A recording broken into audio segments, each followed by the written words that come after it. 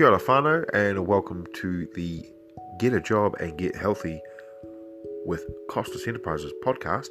I am your host, Alex Costas, and today we're going to cover another weight loss journey post that I've posted. And this one's about mindset.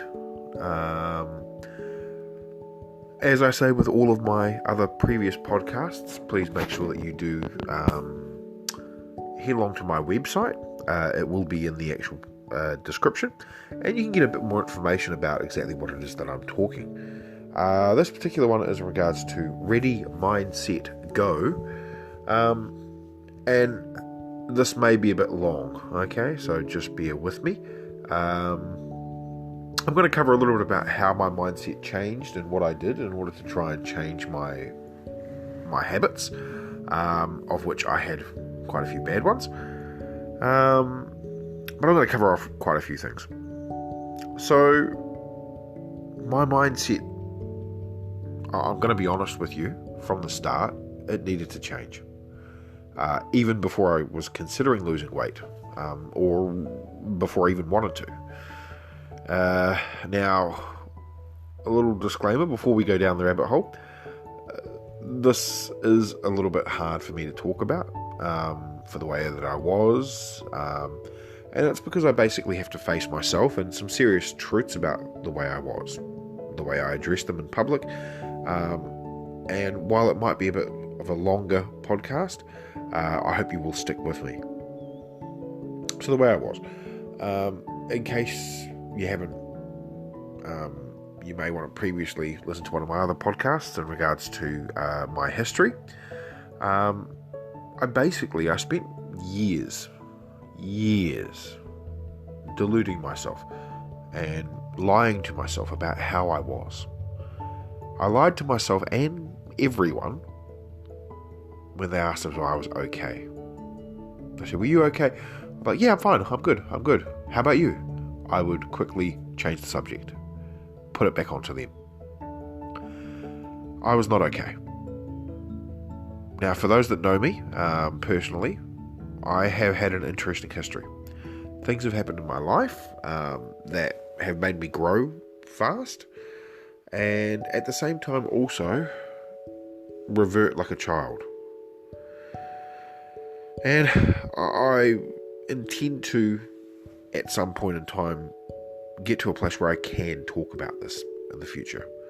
And I truly believe that raising the issue of mindset will help me with that. You see, I was lying to myself and telling myself the way that I was not only okay, but I also started to believe what I was saying. So when people tried to help me, I would resent them, thinking they don't know how hard my life is, because they hadn't seen what was going on. But on the flip side, I had never shown them everything. They saw the tip of the iceberg. So a huge reason for me not actually doing and telling anybody was because I wasn't saying what was going on. Now, some of my friends, personal friends, and they knew what was going on, and they knew a bit of a background. But I'll be honest, no one but me knew everything. And I'm usually a pretty open book, or at least I like to portray myself that way. And I want to take this opportunity to say sorry to my friends, personally, because despite me not opening up, the fact that they were there for me regardless of how I was feeling at the time, they accepted me for who I was. They mean the world to me. And my friends are my whānau. And for those that don't know, that are listening to this, maybe you're overseas, you don't know what whānau actually means. Whānau is family. And I'm hoping that by me opening up, sharing everything that I share in these podcasts, these blog posts, that you become part of my whānau. Now, I did start to get a bit of depression, but mostly I had no motivation, no drive. I wasn't happy with who I was, but I was too lazy to want to change it. And now, when I mean change, I mean real change. You see, I've previously mentioned my invincible mentality that I had. I thought I'd never get sick, I'd never have health problems. Well, after a while, you start getting more and more wake-up calls. And when you don't take notice of these wake-up calls, you start not to feel so invincible. Now, don't get me wrong, I've had moments of strength and willpower, but in reality, I was struck by my personal kryptonite. Stubbornness. God, I was stubborn. I remember eating massive portions or drinking copious amounts of alcohol just to prove to my stubbornness. See, I felt like I had to prove that I could be the invincible fat person. And I do say fat. I had to prove to everyone that everyone that thought that I had weight issues, that I was right and they were wrong. Now, if I'd changed my stubbornness in my teens or in my early 20s, used it for good, well, maybe you wouldn't be reading it now.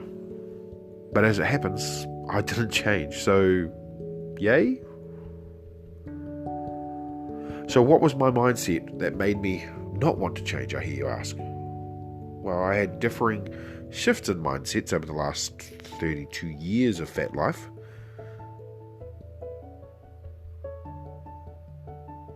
And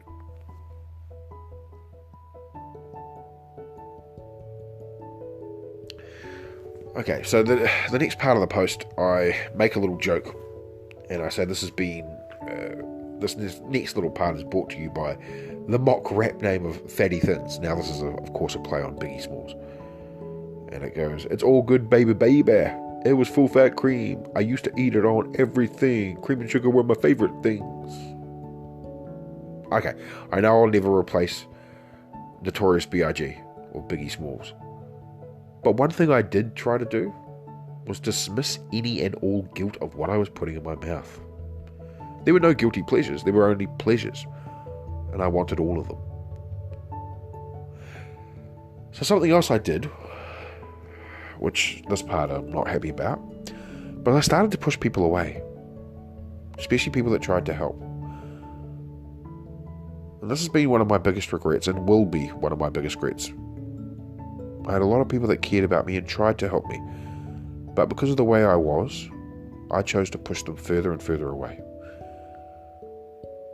Because I didn't like that they didn't like me for who I was. Despite me not actually seeing, much later on, that they loved me for me. They only wanted the best for me. And then the worst thing started to happen. You can probably guess, I started to give up.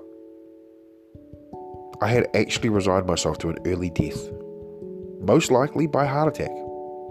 You see, my father passed away after his 11th heart attack. My grandpa having 14 heart attacks. You see where there's a history of heart attacks in my family.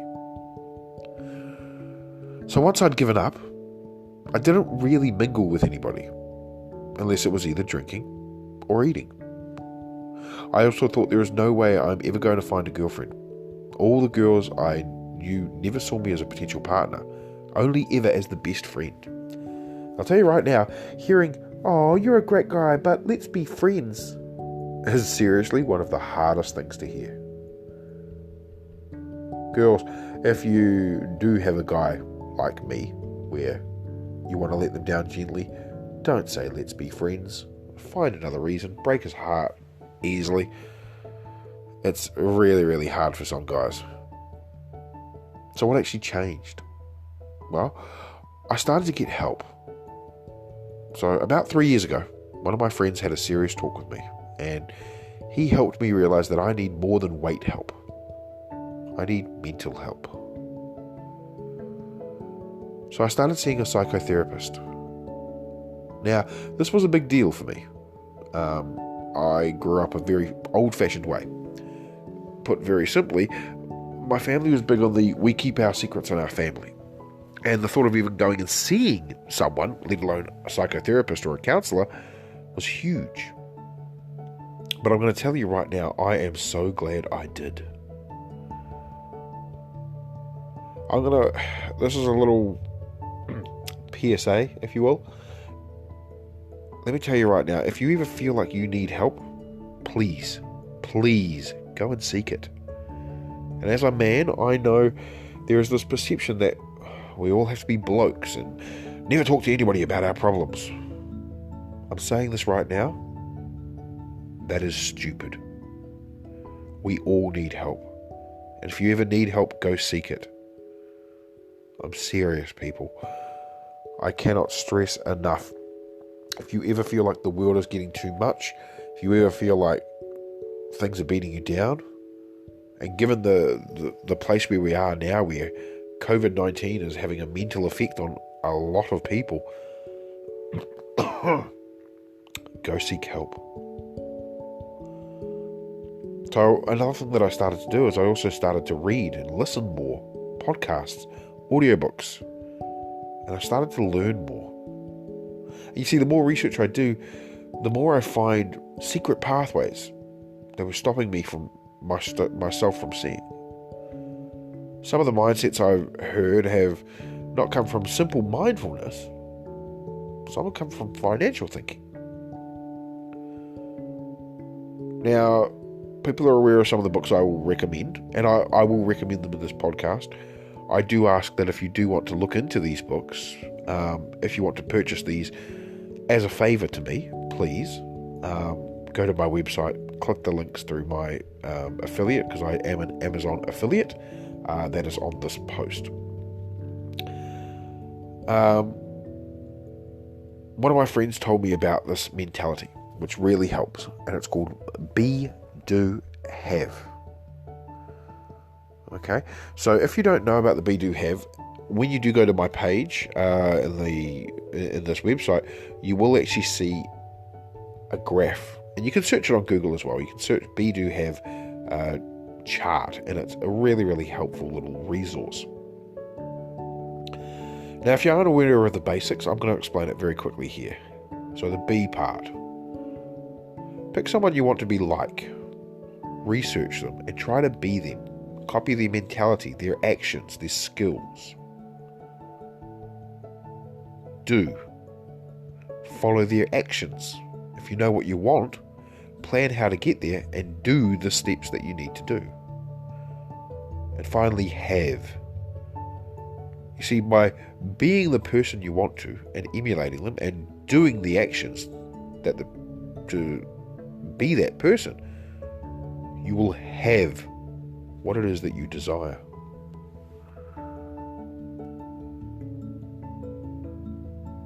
So what tips can I give you? Honestly, not heaps. But I can tell you what's worked for me, and I'll list them. So, number one, put time into researching yourself. So look at your life, evaluate it, but be real with yourself. If there's something you're doing that you don't like, address it. Now, that doesn't mean that you well in self-pity and self-doubt because you feel bad about what you've done. Acknowledge it. By acknowledging it, you take away the power that it has over you. It starts you able to work better for it. Number two, practice mindfulness. And I've got links below in my actual blog post that'll help you to specific mindfulness and how you do it. If you're not aware of what mindfulness is, please do a Google search. Just 5 minutes a day can literally save your life. Number three, don't give up. It will get better. It may not feel like it, but if you're at the bottom, you're bound to go up at some time. Number four, believe in what you're doing. And I mean anything you're doing. You may not believe that you can get better because of what it is that you're going through. But if you believe that you do, and you focus on that belief, you will start to pull through it. Number 5, if you need it, get help. Now, as a man, a lot of people think we're not supposed to ask for help. That's stupid. If you need help, you get help. It's the same as if you're trying to build a fence. Would you build a fence by yourself if you've got a person that builds fences for a living as your friend? No, you would ask them, hey, am I doing this right? And they'll tell you, yes, no. It's the same principle with your mental health. If you feel like the world is closing in on you, you're feeling more and more anxious, more and more depressed, maybe you feel alone, reach out. Put your hand out, someone will be there. Failing that, email me. All my details are on my blog. Email me, we'll talk about it. Let me be that hand.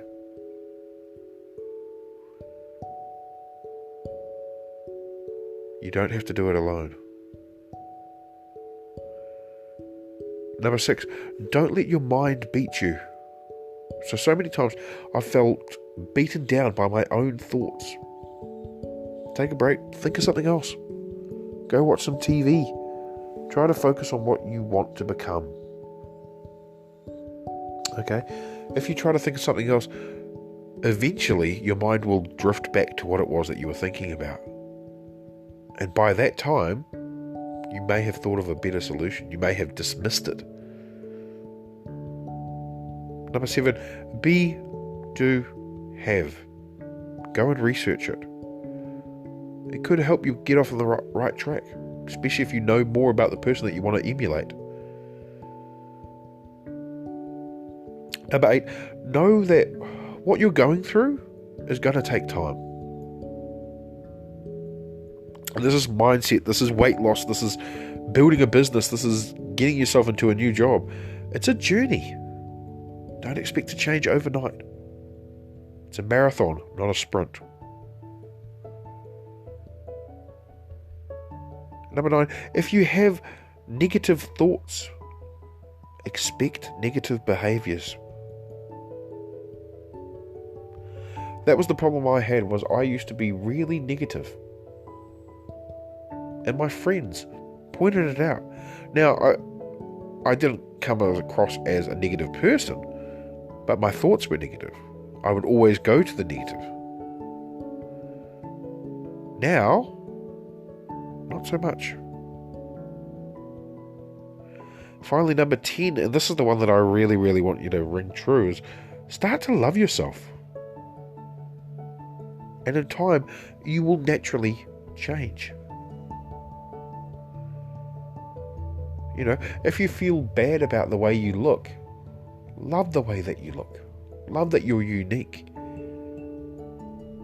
Because once you start finding that little light inside you that makes you feel better about yourself, you'll start to want to be better. And it's stupid, I know, it doesn't make sense, but it is actually true.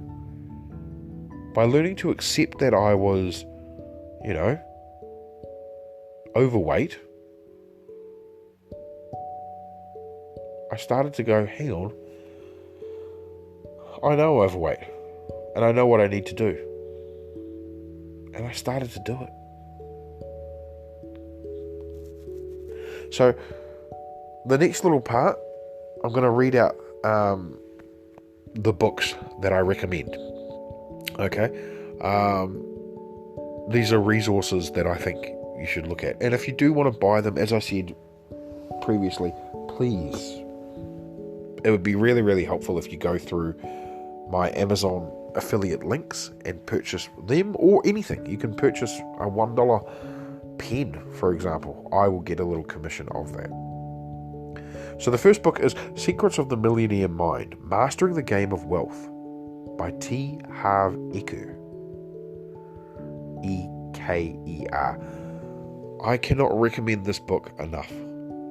Okay? I'm also on the email lists for him.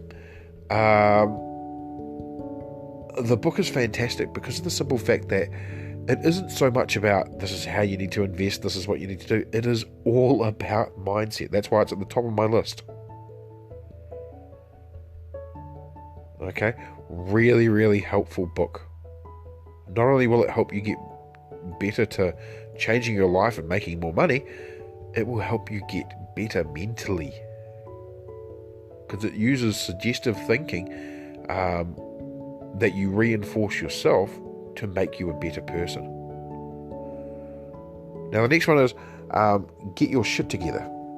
How to stop worrying and what you should do so you can finish what you need to do and start doing what you want to do.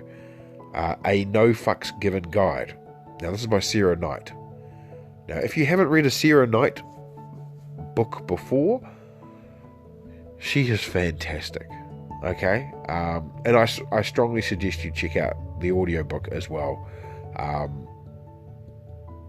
because she reads it herself. She is a famous author that also wrote the next book as well, called The Life-Changing Magic of Not Giving a Fuck. How to stop spending time you don't have with people you don't like, doing things that you don't want to do. Again, a no fucks given guide, also by Sarah Knight. If you can read both books, trust me, your life will change. She's so great. Next one is a very famous one, but a lot of people don't realise it's actually about changing mindset a little bit of how you view financially, but you can use those skills as well in your own life. One's Rich Dad, Poor Dad by Robert T. Kiyosaki. Very famous book. On to like its 15th, 16th edition easily. I actually got given this book back when I was about 14 years old by my father. And for years, I never read it. I had it. I had all the tools to get me financially free and all that sort of stuff and never did it. Then I read it after being told by my girlfriend to read it, and I wish I had read it back when I was 15, back when I was 14, 15. It would have helped me change the way I was then. Last book is Mindfulness for Dummies, 3rd edition by Shamish Aldina. I know you're thinking, what's a For Dummies book doing in here? As a starter guide for mindfulness, it is fantastic. It really is a great learning resource to start with. And mindfulness, I cannot recommend enough. I try to do it every day, even if it's 2 to 3 minutes. Just those helpful deep breaths and letting everything go. Starting to hear negative words, using those as, recognizing them as negative words, and then just letting that shit go. So that's basically the end. Thank you for taking the time to listen. As I said, it was going to be a long podcast. It is a long podcast. And I hope you do go to my website, find more resources that you might need. And as I said, if you need help, please email me. If you've got no one else, if you've got no courage to go and pick up the phone to talk to a counsellor or a physiotherapist, email me. We'll talk it over. Let me help you get healthy. Thank you very much for listening, and as always, good luck. Have a great day.